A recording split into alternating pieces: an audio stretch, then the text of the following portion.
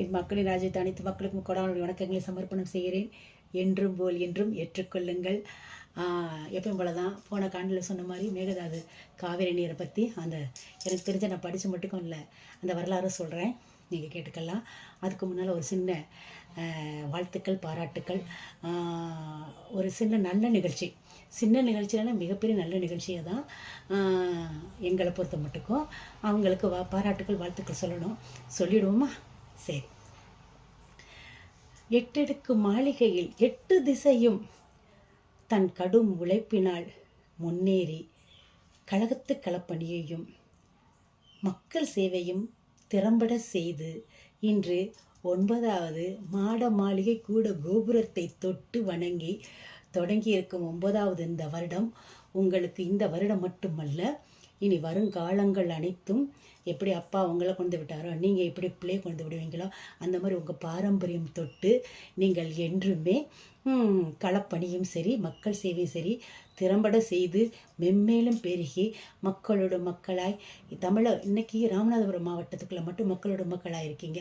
இன்னும் அடுத்து நீங்கள் நம்ம சூரியன் உதிப்பார். மீண்டும் நமது சூரியன் திராவிட மாடல் 2.0 உதிப்பார். அதில் நமது திராவிட மாடல் அரசின் முதல்வர் அவர்களும் திராவிட மாடல் அரசின் துணை முதல்வர் அவர்களும் மீண்டும் அரியணை அமருவார்கள். அந்த அரியணையில் அவர்கள் அமரும்போது அந்த அமைச்சரவையில் உங்களுக்கும் இடம் கிடைக்கும். அப்பொழுது நீங்கள் தமிழகம் முழுவதுமே எல்லா மக்கள் வீட்லேயும் நீங்கள் பிள்ளையோடு பிள்ளையா அவங்க குறை கேட்டு நீங்கள் எல்லா மக்களையும் காத்திரல அந்த எல்லா மக்களுக்கும் நலத்திட்டங்களை கொடுத்து அவங்களோட வாழ்க்கையின் வாழ்வாதாரத்துக்கு உங்களால் என்ன முடியுமோ, நம்ம அரசால் என்ன முடியுமோ அதை நீங்கள் கொடுத்து இந்த 200 திட்டங்கள் இப்போ கொடுத்துருக்காரு இல்லையா, இதுவே ஸ்டிக்கர் வச்சு யார் ஓட்டினாலும் ஒட்டிக்கிட்டாலும் அது திராவிட மாடல் அரசின் திட்டங்கள் தான். அதே மாதிரி இனி வருங்காலத்தில் இன்னும் 400 திட்டங்கள் கூட நமது தலைவர் தளபதியார் முதல்வர் அவர்கள் திராவிட மாடல் அரசின் முதல்வர் அவர்கள் கண்டிப்பாக கொடுப்பாங்க. அதனால் எல்லா துறையிலும் நம்ம மின்னுவோங்கிற நம்பிக்கை எனக்கு இருக்குது. அந்த மாதிரி நீங்கள் அமைச்சராவீர்கள். தமிழக மக்கள் முழுவதும் உங்களுக்கு நீங்கள் செல்லப்பிள்ளையாக உங்களை பார்க்குற அளவுக்கு நீங்கள் உங்கள் பணி மிக சிறப்பாக இருக்கும், மிக மிக சிறப்பாக இருக்க வேண்டும் என எல்லாம் வல்ல இறைவனை வேண்டிக்கிட்டு வாழ்த்துக்களையும் பாராட்டுகளையும் எங்கள் ஆற்றல் மிகு எங்கள் மாவட்ட செயலாளர் சட்டமன்ற உறுப்பினர் ஆற்றல் மிகு ராமநாதபுர கோட்டையின் கொற்றரசர் ராமநாடு தளபதியார் அவர்கள் மேன்மை தாங்கிய எங்கள் காதர்பச்சா முத்துராமலிங்கம் எனும் எங்களோட தெய்வீக திருமகனாரின் வாரிசாம் எங்கள் காதர்பச்சா முத்துராமலிங்கம் அவர்களுக்கு வாழ்த்துக்களையும் பாராட்டுக்களையும் பல கோடியாக தந்து மகிழ்கின்றோம். நீங்கள் மென்மேலும் சிறக்கணும், மென்மேலும் உயரணும், உங்கள் திறமையை மக்கள் ராமநாடு மட்டும் இல்லை தமிழ்நாடு முழுவதும் போற்றணும், நம்ம தலைவர்கள்லாம் உங்களை கூப்பிட்டு வாழ்த்தணும் அப்படின்னு நினச்சி உங்களுக்கு எல்லாம் வல்ல இறைவன் துணை இருக்கட்டும் என்று நாங்கள் இறைவனை விரும்பி வணங்கி கொண்டு மேலும் நம்ம ஆட்சி வரணும்னு சொல்லிட்டு நம்ம தலைவர்களுக்காகவும் வேண்டிக் கொண்டு நமது கழகம் யாராலையும் அழிக்க முடியாது. இந்த உலகத்தையே காலையில் எழும்ப வச்சு எல்லா மக்களும் சுறுசுறுப்பாகவும் ஓட வச்சு உழைக்க வச்சு முன்னேற்றி நல்லது கெட்டது எல்லாம் பார்க்க வைக்கிற நமது சூரியன் காலை கதிரவனாய் மதிய ரவிவர்மாவாய் மாலை சூரியனாய் என்றும் உதித்தும் மறைந்தும் கொண்டும் உதித்து கொண்டே இருக்கும். அதனால் சூரியனை அழிக்க யாராலும் முடியாது. எனவே நமது அனைத்து கழக மக்களுக்கும் நான் உடன்பிறப்பாக நன்றியை நான் கூறிட்டு எங்கள் மாவட்ட செயலாளர் சட்டமன்ற உறுப்பினர் எங்களின் மேன்மை தாங்கிய காதர்பச்சா முத்துராமலிங்கம் அவர்களுக்கு 9வது ஆண்டுகள்லேருந்து இனிமேல் வருங்காலம் பூரா மிகப்பெரிய சிறப்பாக இருக்கணும்னு உங்களுக்கு வேண்டி விரும்பி கேட்டுக்கிட்டு உங்களுக்கு வாழ்த்துக்களை கூறி பாராட்டுக்களையும் கொடுத்துவிட்டு விடைபெற்று மீண்டும் இப்போ என்னோடய காணொலியில் நான் வரலாறு சொல்ல போகிறேன். வரலாறு என்ன சொல்ல போகிறேன்னா மேகதாது காவேரி நீரை பற்றி வரலாறு சொல்ல போகிறேன்.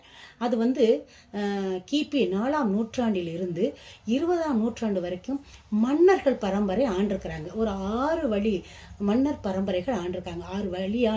6 வழிவகையான மன்னர் பரம்பரைகள் ஆண்டிருக்கிறாங்க. அதற்கு முன்னாலேயே இந்த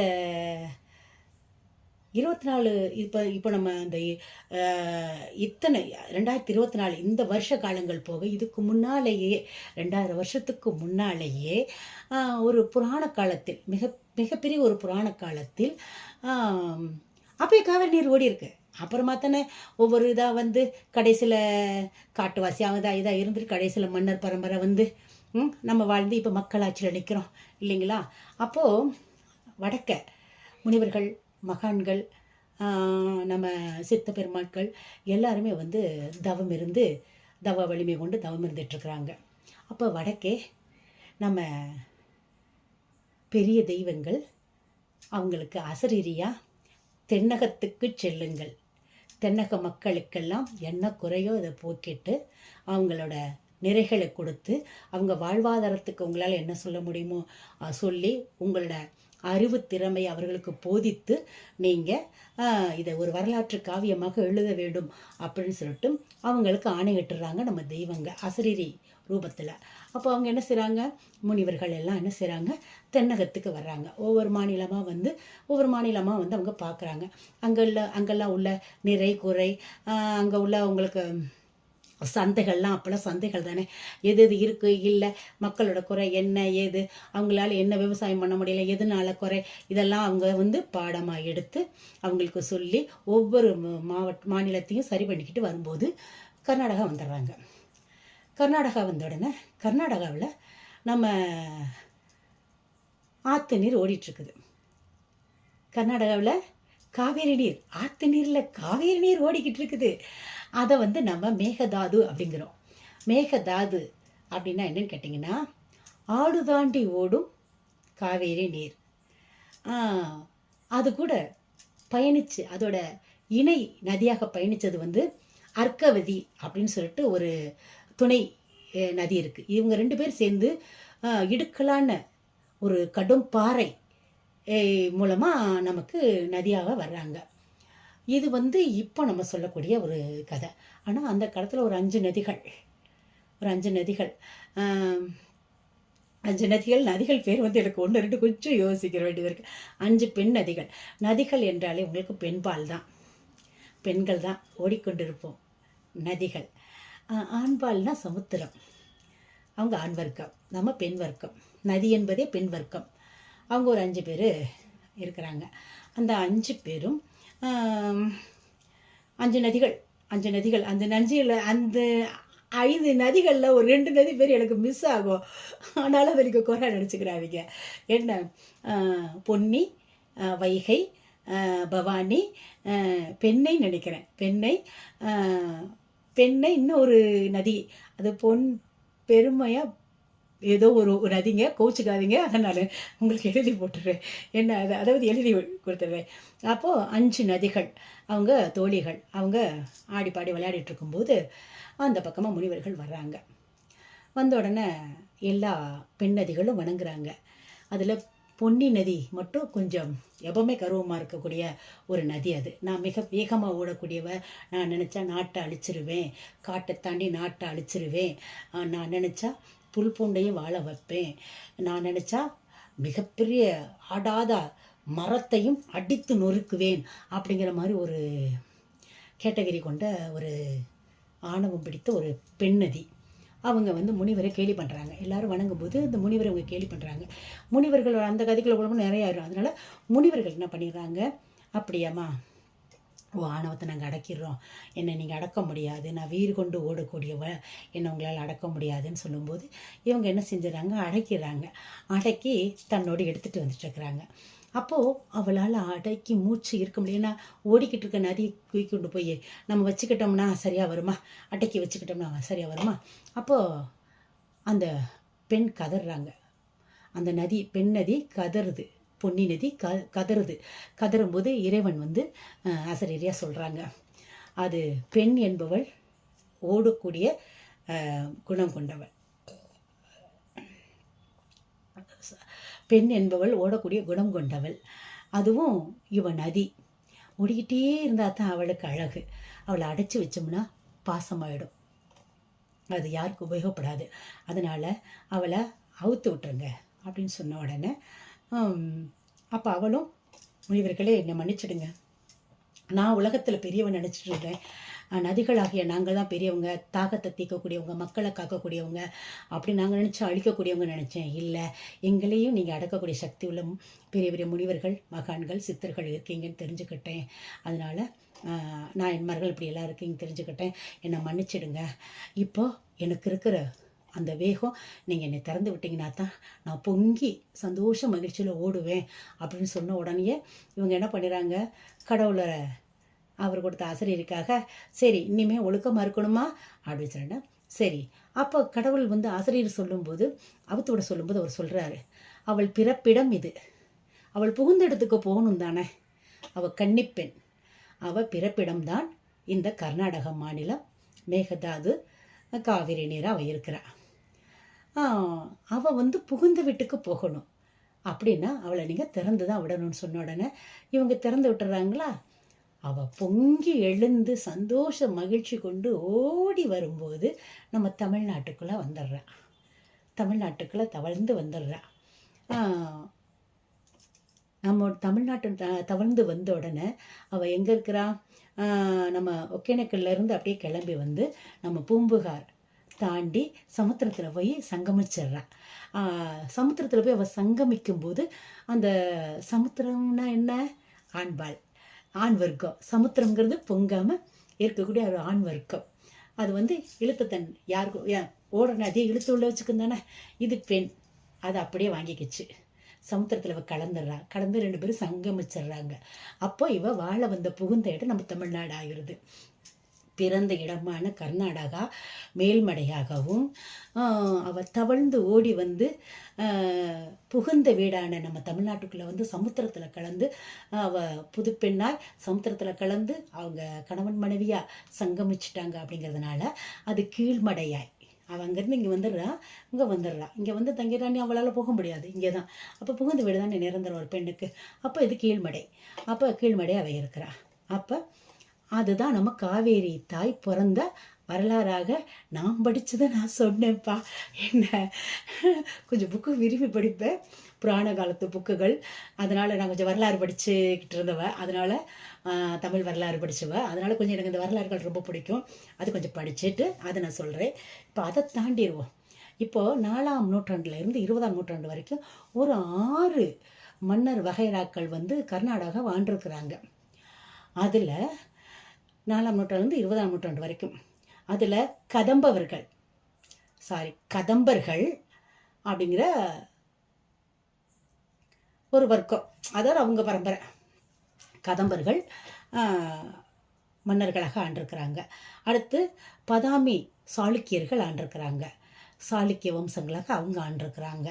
3வது ராஷ்டிர கூட்டங்கள் அந்த கூட்ட வகைராக்கள் அவங்க ஆண்டிருக்கிறாங்க. அடுத்து மேற்கு கங்கர்கள் அவங்க வந்து கங்க கூட்டங்களாக அவங்க வாழ்ந்திருக்கிறாங்க. அப்புறம் இது கெய்சாளர்கள் அப்படின்னு சொல்லிட்டு ஒரு மன்னர் வகைரா.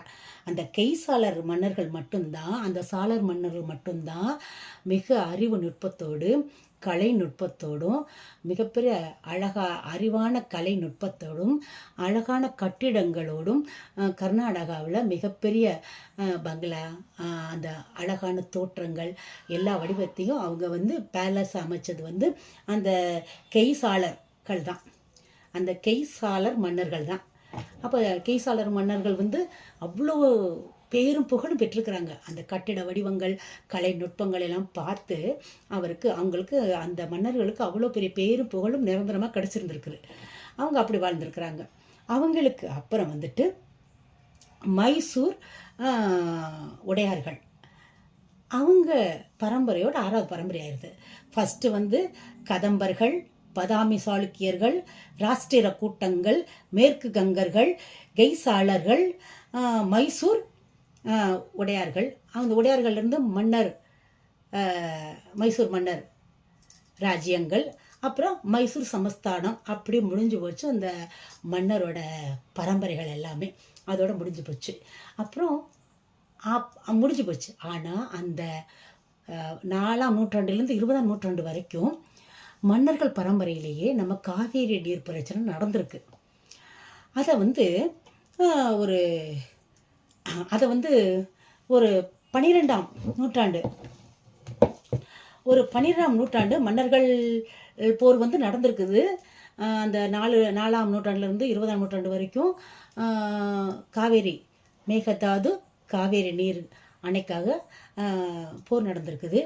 அந்த காலகட்டத்தில் 12ஆம் நூற்றாண்டு கர்நாடகாவை ஆண்ட மன்னர் முதலாம் நரசிம்மன் அப்படிங்கிற ஆள் வந்து என்ன செஞ்சிருக்கிறாரு, செயற்கையாக மலைகளை தோற்றுவித்து நம்ம மேகதாது அணை நமக்கு தண்ணி கிடைக்கக்கூடாதுன்னு கர்நாடகாவை செயற்கை மலையை வச்சு அடைச்சி அணை கட்டிட்டாரு.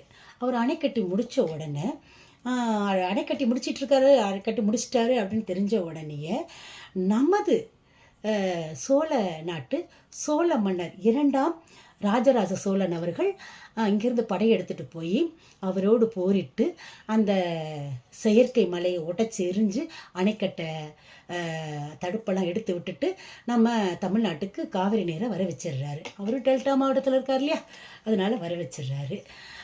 அடுத்து இது ஒரு முதல் கட்ட நடவடிக்கையாக மன்னர்கள் இதில் வந்து காவேரி நீர் பிரச்சனை முதல் கட்ட போராக நடந்திருக்கு. இரண்டாம் கட்ட போராக எப்படி நடந்திருக்குன்னு கேட்டிங்கன்னா, அது 17ஆம் நூற்றாண்டில் 2ஆம் கட்ட போர் நடந்திருக்குது. அதில் வந்து மைசூர் சிங்கதேவராயன் மைசூர் ஆண்ட சிங்கதேவராயன்கிற அந்த மன்னர் வந்து மேகதாது அணையில் குறுக்க வந்து அணைக்கட்டு போட்டு தடுத்து அடைச்சிட்டு இருந்திருக்காரு. அப்போது இங்கே இருந்து மதுரையிலேருந்து ராணி மங்கம்மா அவர்களும் மற்றும் தஞ்சை மராட்டிய பேரரசுகளும் மராட்டிய மன்னர்களும் தஞ்சையிலிருந்து மராட்டிய மன்னர்களும் இருவரும் இணைந்து முதலிருந்து ராணி மங்கம்மா படையும் தஞ்சை மராட்டிய மன்னர்களோட படையும் இணைந்து இங்கிருந்து போய் போரிட்டுருக்குறாங்க. போரிட்டு கர்நாடகா அந்த அணைக்கட்டை அடிச்சுன்னு வரைக்கும் தடுத்துட்டாங்க. இப்படி மன்னர்களே அந்த 4ஆம் நூற்றாண்டுலேருந்து 20ஆம் நூற்றாண்டுக்குள்ளே மன்னர்களே குறைந்தபட்சம் ஒரு 2 தடவை இந்த மேகதாது காவிரி நீருக்காக சண்டை போட்டிருக்கிறாங்க. அவங்களுக்கு அப்புறம் ஒரு 19ஆம் நூற்றாண்டு பாதியில் இருந்து ஆங்கிலேயர்கள் வந்துடுறாங்களா. ஆங்கிலேயர்கள் வந்தோன்னா ஒரு ஒப்பந்தமாகப்படுது. அப்படின்னு கேட்டிங்கன்னா, ஆங்கிலேயர்கள் மூலமாக நம்மை சென்னை மாநகரத்தின் கீழும் நமது அந்த ஆங்கிலேயர்கள் வந்தோடனே அங்கே கர்நாடகாவிலேருந்து மைசூர் உடையார்கள் அவர்கள் ஆட்சியின் கீழேயும் நம்ம சென்னை மாகாணத்தின் கீழேயும் ஒரு ஒப்பந்தம் உருவாகுது. ஒப்பந்தம் போடப்பட்டுருச்சு. அது எப்படின்னு கேட்டிங்கன்னா, இனி மேகதாது அணையை ஒரு பாசன நீர் திட்டமாகவோ இல்லை அணைக்கட்டு வச்சு அடைக்கிற திட்டமாகவோ இனிமேல் இருக்கக்கூடாது. மேகதாது அணை காவிரி நீர் என்றும் போல் வழக்கம் போல் தமிழ்நாட்டுக்குள்ளே கீழ்மடையாக பாய வேண்டும் அப்படிங்கிற ஒப்பந்தத்தை போட்டு முடிச்சிருச்சா? யார் போட்டு முடித்தது? ஆங்கிலேயரோட அந்த இதில் மைசூர் உடையார் ஆட்சியின் கீழும் நம்ம சென்னை மாகாணம் இருக்குல்ல, அதன் கீழும் ஒரு ஒப்பந்தம் போட்டு முடிச்சாச்சு. அதுக்கப்புறம் இதை அவங்க இனிமேல் கட்டுறதுக்கு எந்த ஒரு இதுவும் இல்லை. அந்த ஒப்பந்த தஸ்தாவேசுகள் இன்றைக்கி நம்ம அரசாங்கத்தில் இருக்குது. அதை விட இப்போ இந்த நிமிஷம் வரைக்கும் சுப்ரீம் கோர்ட் வரைக்கும் போய் நம்ம பக்கம்தான் வெற்றி தீர்ப்பு கிடைச்சி நம்ம வச்சுருக்குறோம். இவ்வளவு திட்டங்களும் நம்ம கையில் இருக்கும்போது, இவ்வளோ வெற்றி திட்டங்களும் தஸ்தாவேசுகளும் நம்ம கையில் இருக்கும்போது, இது வரைக்கும் நம்ம தமிழ்நாட்டை ஆண்டு வந்த ஆட்சி முதல்வர்கள், இந்த கட்சி அந்த கட்சி நான் சொல்லலை, முதலமைச்சர் ஆண்டு வந்தவங்க எல்லாமே மேகதாது அணையை அடைக்க விடாமல் பண்ணிட்டாங்க. நம்ம இங்கே வந்து சொல்கிறது வந்து மேகதாது அணைன்னு சொல்கிறோம். இதை கர்நாடகாவில் மேக்கோ தாட்டு அப்படின்னு அந்த அணையை சொல்கிறாங்க.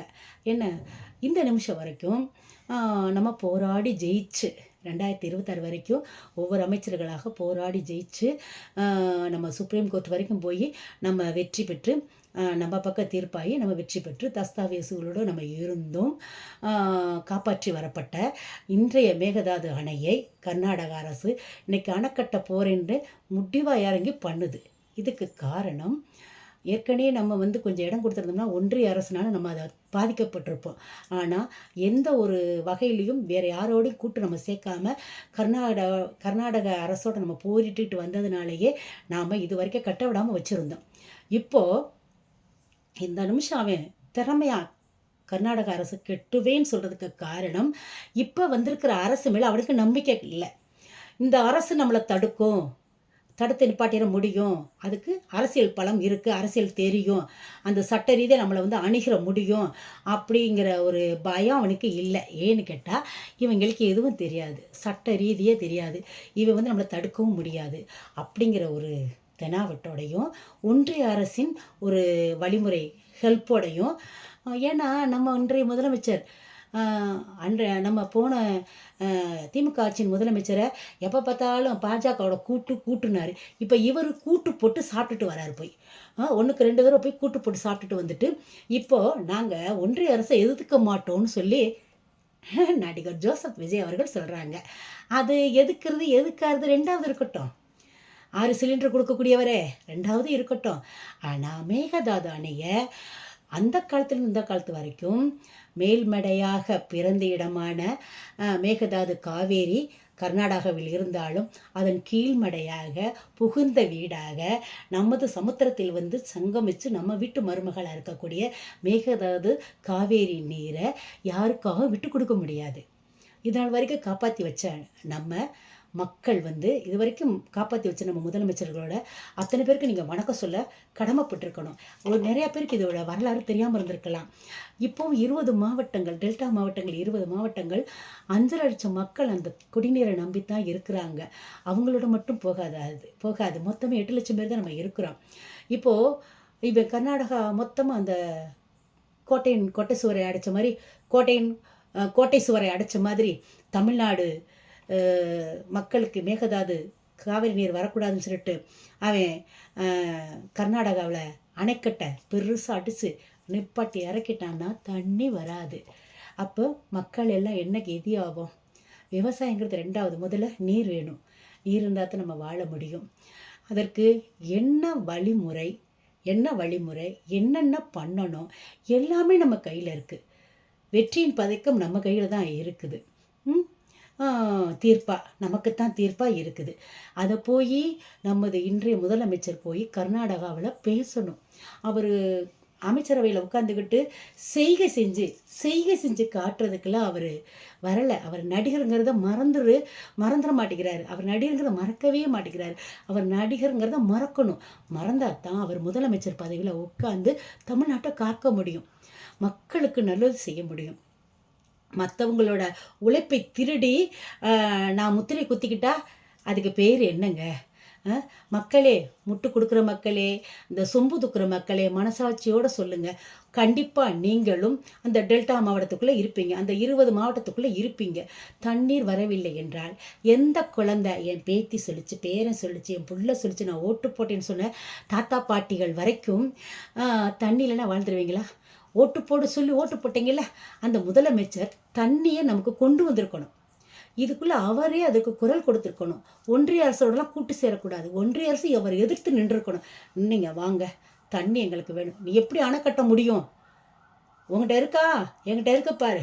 எல்லா தஸ்தாவேசும் என்கிட்ட இருக்குது. வெற்றி பதக்கம் என் கையில் இருக்குது. நீ நல்லா பார்த்துக்கோ. அப்படி இருக்கும்போது நீ எப்படி கட்ட முடியும்னு அவர் கோதாவில் இறங்கணும். போரிடணுங்க. முதலமைச்சர்னா போரிடணும், வாய் திறந்து பேசணும், நல்ல திட்டங்களெல்லாம் உருவாக்கிட்டு வரணும், அதை செயல்படுத்தணும். அதை விட சட்டசபையில் இப்படித்தான் பேசணும்னு ஒன்று இருக்குது இல்லைங்களா? நீங்கள் எதிர்கட்சியில் கேள்வி கேட்குறாங்கங்கிறதுக்காக நீங்கள் சரிமலுக்கு நின்றுக்கிட்டே இருந்தீங்கன்னா நீங்கள் எப்படி முதலமைச்சராக இருக்க முடியும்? சண்டை போடுற களமா அது? போர்க்களமா அது? சண்டை போடுற சினிமா போர்க்களமா அது? இல்லை.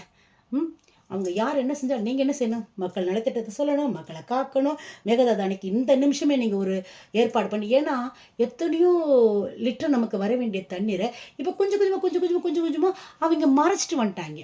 அப்போ மறைச்சிட்டு வந்துட்டாங்க. அவங்க மறைச்சிட்டு வந்து இந்த நிமிஷம் வரைக்கும் நமக்கு தண்ணியே பற்றாக்குறையாக தான் கொடுக்குறாங்க. அதையும் கொடுக்க மாட்டேன், நான் தடுப்பு போட்டு அணை கட்டிடுவேன் அப்படின்னு சொன்னால் அவனை இந்நேரம் எதிர்த்து நின்று முதலமைச்சர் 50 நாள் ஆச்சு, குரல் கொடுத்துருக்கணுமா இல்லையா? இதை எல்லா மக்களும் கொடுத்துட்டோம். நாட்டு சட்ட ஒழுங்கு பூரா சீர்குலைஞ்சு போனாலும் அதுக்கும் வாய் திறக்கிறாருல்ல. எந்த குழந்தைய ஓட்டு போட சொல்லிச்சோ அத்தனை குழந்தை சாகுதுங்க. இதை அடுத்த இடத்துல சொன்னார் இல்லையா? ஏற்று ஒரு அமைச்சராக இருக்கப்பட்டவர் போதைப் பொருள் கேட்டால் பிள்ளைக்கு கொடுத்தாராமா. நியாயமாங்க. எனக்கு பிள்ளைக்கு மாத்திரையோ ரூபா நோட்லையும் செல்ஃபோனில் வச்சாங்க நொறுக்க முடியும். அப்படி முடியாதபடி எதுக்குங்க கூட்டிக்கிட்டு போகிறீங்க சொல்லுங்க? உங்கள் பிள்ளை கேட்டுச்சா? அதான் முடியலன்றீங்கள. அதை கூட்டிகிட்டு அங்கே போய் வச்சு என்ன செய்ய போகிறீங்க? கொல்ல கொண்டு போனீங்களா? அங்கே போனால் அந்த சத்தத்துலேயும் இதுலேயும் அந்த இதில் அந்த பிள்ளை நிகழ்ச்சியில் கலந்துக்க முடியுமா? அந்த சத்தம் அந்த பிள்ளைக்கு ஒத்துக்க முடியுமா? அது உயிர் போயிருக்காது. பொய் சொல்கிறதுக்கு ஒரு அளவோடு சொல்லுங்கள். உங்களை மாதிரி டாக்டர்ஸ்களே பூரா பேரும் சொல்லிட்டாங்க இவர் சொல்கிறது பொய் தான்ட்டு. போதைப் பொருளை ஒழிக்க போகிறேன்னு சொல்லிட்டு போதைப் பொருளை கையில் கொண்டுக்கிட்டு போயே ஓட்டப்பந்தயம் மாரத்தான் ஓட்டமாக ஓடுறீங்க. அதெல்லாம் இப்போ தேவையில்லைங்க, தேவையில்லை. மக்களே, உங்களை மீண்டும் மீண்டும் நான் கேட்டுக்கிறேன், ரொம்ப முக்கியமாக நான் கேட்டுக்கிறேன், தயவு செய்து கேட்டுக்கிறேன். நீங்கள் நல்லா இருப்பீங்க. என்ன டெல்டா மாவட்டத்து மக்களும் 20 மாவட்டத்து மக்களும் 5.5 லட்சம் மக்கள் மட்டும் இல்லை. நீங்கள் நீர் இல்லாமல் பாதிக்கப்பட்டால் அணைக்கட்டு கட்டி முடிச்சிட்டாங்கன்னா நீர் உங்களுக்கு வராது. உங்களுக்கு நீர் இல்லாமல் போகும் காலத்தில் எங்களுக்கும் இல்லாமல் போயிடும். ஆக மொத்தம் தமிழ்நாடு பாலைவனமாக மாறிவிடும். யார்னால? இன்றைய முதலமைச்சர் நடிகர் ஜோசப் விஜய் அவர்களால். ஏன்னா அதுக்கு அவர் குரல் கொடுக்க இன்னும் வரலைங்க. அவரை கூப்பிடுங்க. மக்களே, ஓட்டு போட்டிங்கல்ல, குழந்தை சொல்லிச்சுன்னு ஓட்டு போட்டிங்களா, அந்த குழந்தை வாழ்வாதாரத்துக்கு தண்ணி வேணும், சாப்பாடு வேணுங்க. அதை நீங்கள் உணருங்க. உணர்ந்துட்டு நீங்கள் முதல்ல என்ன செய்றீங்க, நம்ம அமைச்சரை வர சொல்கிறீங்க, முதல் அமைச்சரை. நீங்கள் எல்லா மக்களும் குரல் கொடுங்க. இதுக்காக வச்சு குரல் கொடுங்க. கொடுத்தீங்க வா. என்ன விஷயம்? தண்ணியெல்லாம் போச்சுன்னா எங்களால் வாழவே முடியாது. உங்களை கொண்டு வந்ததே நலத்திட்டங்கள் நிறையா சொன்னீங்க, அதை செய்வீங்க, நடிகர் வந்தால் ஒரே நாளில் மாற்றுவீங்கன்னு நினச்சோம், ஜீபூம்பா போடுவீங்கன்னு நினச்சோம். அதெல்லாம் இல்லை. இருக்கிற எல்லா திட்டத்தையும் எடுத்துக்கிட்டு அவங்க கொடுத்தவங்க மேலேயும் கோலா சொல்லிக்கிட்டு ஸ்டிக்கரை ஒட்டி ஒட்டி கொடுக்குறீங்க. அது உண்மையாக இருந்தாலும் பரவாயில்ல, நன்மையாக இருந்தாலும் பரவாயில்ல, அதையும் தாண்டி ஒரு கொடூரமான ஒரு செயலாக எங்களுக்கு மேலும் மேலும் நாட்டில் நடக்கிற நிகழ்ச்சிகளை பார்த்தா, நேற்று கூட ஒரு வீடியோ பார்த்தீங்களா? ஒரு காலேஜுக்கு பின்னால் வெட்டி போட்டு மிதிச்சுட்டு போகிறானுங்க. தலை வேற, துண்டை வேற, முண்டை வேறையா. இங்கே என்னங்க நடக்குது சொல்லுங்கங்க? நீங்கள் இந்த ஆட்சியை எப்படி மாற்றம்னு கொண்டு வந்தீங்க? இதுக்கு தான் மாற்றம் கொண்டு வந்தீங்க. இதெல்லாம் போட்டுங்க. இனிமேலாச்சும் நாட்டை காக்கணுங்க. மக்களே ஒன்று சேருங்க. முதல்ல மேகதாது அணைக்கு நம்ம ஒரு முடிவு கட்டியே ஆகணும். அதுக்கு நம்ம முதலமைச்சர் இறங்கி களத்துக்கு வரணும். அவர் களத்தில் வந்து கர்நாடக மக்கள்கிட்ட அவர் பேசியே ஆகணும். கர்நாடக மக்கள்கிட்ட இல்லை, கர்நாடக அமைச்சர்கிட்ட, முதலமைச்சர்கிட்ட, கர்நாடக முதலமைச்சர் அவர் பேசியே ஆகணும். இங்கே வா, எங்களுக்கு தண்ணியை நீ நிப்பாட்ட முடியாது, தண்ணியை கொடு அப்படின்னு சொல்லி பேசி இருக்கிற தண்ணியவாச்சும் அவர் வாங்கணும். அவரால் அதிகமாக கேட்டு வாங்க முடியாது, இருக்கிற நமக்கு கொடுக்க வேண்டிய தண்ணியவாச்சும் அவர் வாங்கணும். வாங்கினாத்தான் நம்ம தமிழ்நாடு மக்கள் வாழ முடியும். இல்லாட்ட பாலைவனமாக நம்ம எல்லாருமே போயிடுவோம். இவர் 5 வருஷம் வாழ்கிறதுக்குள்ளார நம்ம இருப்போமா? 5 வருஷம் அவர் ஆள்றதுக்குள்ளார, முதலமைச்சரை ஆள்றதுக்குள்ளார நம்ம இருப்போமான்னு எனக்கு தெரியலை. இல்லை, அதுவும் நீங்கள் தான் வந்து ஒரு நல்ல ஒரு இதை எடுத்து சொல்லணும். இந்த விஷயத்தை மக்கள் நீங்கள் முன்னெடுத்து போய் நின்று இங்கே வாங்க, முதலமைச்சர் அவர்களே வாங்க, குரல் கொடுங்க. மேகதாது அணையை முதல்ல நம்ம கைப்பற்றுவோம். அதுக்கப்புறம் மற்ற நிகழ்ச்சியை நாங்கள் உங்ககிட்ட பேசுகிறோம். நீங்கள் எதுவாக இருந்தாலும் எங்ககிட்ட வந்து சொல்லுங்கள். அது வரைக்கும் நாங்கள் சொல்கிறது கொஞ்சம் காது கொடுத்து கேளுங்க. நீங்கள் முதலமைச்சராக எங்கள் கூட வாங்க, வந்து மேகதாது அணையை எங்களுக்கு மீட்டி கொடுத்துருங்க, அதை மீட்டெடுத்து கொடுத்துருங்க. அதுக்கப்புறம் மற்ற விஷயங்கள் நாங்கள் பேசுவோம். நீங்களே எங்களுக்கு நல்லது செய்யுங்க. உங்களை நம்பி ஓட்டு போட்ட மக்களாகிய எங்களையும் எங்கள் குழந்தைகளையும் காப்பாற்ற வாருங்கன்னு சொல்லிட்டு முதல்ல இந்த மேகதாது அணையை கைப்பற்றுவோம். அதுக்கு மக்களே நீங்கள் தயாராகுங்கள். நீங்கள் குரல் கொடுங்க. உங்கள் குரலுக்காச்சும் அவர் இறங்கி வரட்டும். மேகதாது அணை நமக்கு கிடைக்கட்டும். நீர்வளம் நன்றாக கிடைச்சா நம்ம சந்தோஷமாக வாழ்ந்ததுக்கப்புறம் அடுத்த கட்ட நடவடிக்கை நம்ம பார்க்கலாம். இது உங்ககிட்ட நான் வேண்டி விரும்பி கேட்குறேன். இதை கேட்டு நான் ஒன்றும் எனக்கு மட்டுமே எனக்கு கிடைக்க போகிற ஒரு விஷயமும் கிடையாது, இல்லை என் கழகத்துக்கு மட்டுமே கிடைக்க போகிற விஷயமும் கிடையாது, நீ என்ன இதவே சொல்லிக்கிட்டு இருக்க அப்படின்னு கேட்டுறாதீங்க. பொது மக்களோட மக்களாய் உங்களில் ஒருத்தராக நான் கேட்குறேன், குரல் கொடுக்குறேன். அதே மாவட்டத்தில் 20 மாவட்டத்தில் இருக்கீங்களே, நீங்கள் முட்டு கொடுக்குறீங்களே, தண்ணி கிடைக்காம அணைக்கட்டை மூடிட்டாங்கன்னா, தண்ணி கிடைக்கலனா நீங்கள் வாழ்ந்துருவீங்களா உங்கள் பிள்ளை குட்டியோட? நீங்களே சொல்லுங்கள். 20 மாவட்டத்தில் இருக்கீங்க, கொஞ்சம் கூட உங்களுக்கு அந்த ஒரு உணர்ச்சி வரலையே. நம்ம தண்ணியை காப்பாற்றி ஆகணும், அது இல்லாட்டி நம்ம வாழ்வாதாரம் கிடையாது, வாழ்வே நம்ம மூச்சு அதில் தான் இருக்குது. நம்ம எப்படினாலும் பிடிக்கணும், முதலமைச்சர்கிட்ட போய் கேட்கணும், நம்ம போரிட்டு அதை வாங்கணும். சுலபமாக கிடைக்க வேண்டிய விஷயத்தை நீங்கள் இவ்வளோ தூரம் பெருசாக்கணும் அவசியமே இல்லை. எல்லாமே நம்மகிட்ட இருக்குது. இன்றைக்கி போய் பேசுகிறோம், நம்மக்கிட்ட வந்துடும். பேச ஆள் இல்லாமல் தான் அவன் கட்டணும்னு சொல்கிறான். அதை நீங்கள் புரிஞ்சுக்கிட்டாலே போதும் மக்களே. 20 மாவட்டத்து மக்கள் மட்டுமா போகிறீங்க, தமிழக மக்கள் அனைவருமே தானே இதில் ஒன்று சேரப்போகிறோம். தயவு செய்து மீண்டும் மீண்டும் மக்களே உங்களிடம் கேட்டுக்கிறேன், முதல் கட்ட நடவடிக்கையாக நமது கட்டமைப்பு மேகதாது காவேரி நீர் அணை நம் பக்கம் வர வேண்டியது தான்.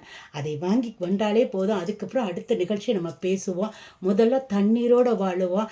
அப்புறம் அதில் கிடைக்கிற அதில் கிடைச்ச தண்ணியை வச்சு நம்ம வேளாண்மை கூட்டுறவு சொசைட்டி பூரா விவசாயிகளுக்கு உதவி செய்யட்டும், விவசாயம் பெருகட்டும், நம்ம சந்தோஷமாக வாழுவோம். அதுக்கப்புறம் மற்ற நடவடிக்கை பேசுவோம். இந்த இதுக்கு நீங்கள் முதல் குரல் கொடுக்கணும். மேகதாது அணை நமக்கு வேணும், தமிழ்நாடு இல்லைன்னா பாலைவனமாக மாறிவிடும் என்று சொல்லி மக்களாகிய உங்களிடம் எனது நியாயமான கோரிக்கையை 20 மாவட்டங்கள் செய்ய வேண்டிய வேலையை நான் செய்து உங்களிடம் கேட்டிருக்கிறேன். நீங்கள் நல்ல பதிலாக எல்லா மக்களும் சேருவோம். சிந்திங்க. ஒருத்தர் மேலே கோவப்பட்டு பிரயோஜனமே இல்லை. இந்த முட்டு கொடுக்குற மக்களை நீங்களே சிந்திங்க. நீங்கள் அதே மாவட்டத்தில் இருக்கலாம், உங்கள் பிள்ளைகள் அங்கே இருக்கலாம். தண்ணீர் பற்றாக்குறை வந்துருச்சுன்னா, தண்ணியே இல்லைன்ற சூழ்நிலை வந்துட்டு நீங்கள் என்ன பண்ண போங்க? நீங்களே சொல்லுங்கள் எனக்கு. தண்ணியே இல்லைன்ற ஒரு பற்றாக்குறை வந்துருச்சுன்னா நம்ம என்ன பண்ணுவோம்? பாலைவனமாக போயிருங்க. தமிழ்நாடு நல்ல மத்தியில் இருக்குங்க, பாலைவனமாக போயிருங்க. தென்னகம் சோலைவனமாக இருந்ததுங்க, அதை பாலைவனமாக ஆக்கிற வேணாங்க. சோலைவனமான தென்னகத்து சோலைவனத்தை காப்பாற்றி எந்நாளும் சோலைவனமாகவே இருக்க வையுங்கள். பாலைவனமாக மாற்றிட எல்லா மக்களும் தன்னை மறந்து விலகிக் கொள்ளாதீர்கள். ஒன்று சேருவோம், வென்று நிற்போம். என்றும் தென்னகம் சோலைவனம்தான். சோலைவனமாக நம்ம வாழ நமக்கு மேகதாது அணை தண்ணீர் கண்டிப்பாக வேண்டும் வேண்டும் வேண்டும். அதற்கு மக்களாகிய நீங்கள் சிந்தியுங்கள், செயல்படுங்கள். வெற்றி பெறுவோம். வாருங்கள், ஒன்று கூடுவோம். முதலமைச்சர் கண்டிப்பாக இறங்கணும், ஜெயிச்சு கொடுக்கணும். நம்ம தண்ணீரோட ஒரு கொண்டாட்டமே கொண்டாடுவோம். சரியா? மிகப்பெரிய இது வரைக்கும் நான் பேசுனது கொஞ்சம் முன்ன பண்ண இருந்தாலும் ஏற்றுக்கொள்ளுங்கள். மக்கள் மக்களுக்காக குரல் கொடுக்குறவங்க தான் நாங்கள், கட்சிக்கு அப்பாற்பட்டு. அதனால் மக்களாகிய எங்களை நீங்கள் ஏற்றுக்கொள்ளுங்கள். உங்களுக்கு ஒரு பாதிப்புனா எங்களுக்கு தான். அதனால் எல்லா மக்களும் சிந்தித்து செயல்படுவோம். வாருங்கள் வாருங்கள் வாருங்கள் என்று சொல்லி உங்களை வரவேற்று விடைபெறுகிறேன். உங்களை வரவேற்று வெற்றி கொண்டு நாம் விடைபெற. நன்றி, வணக்கம்.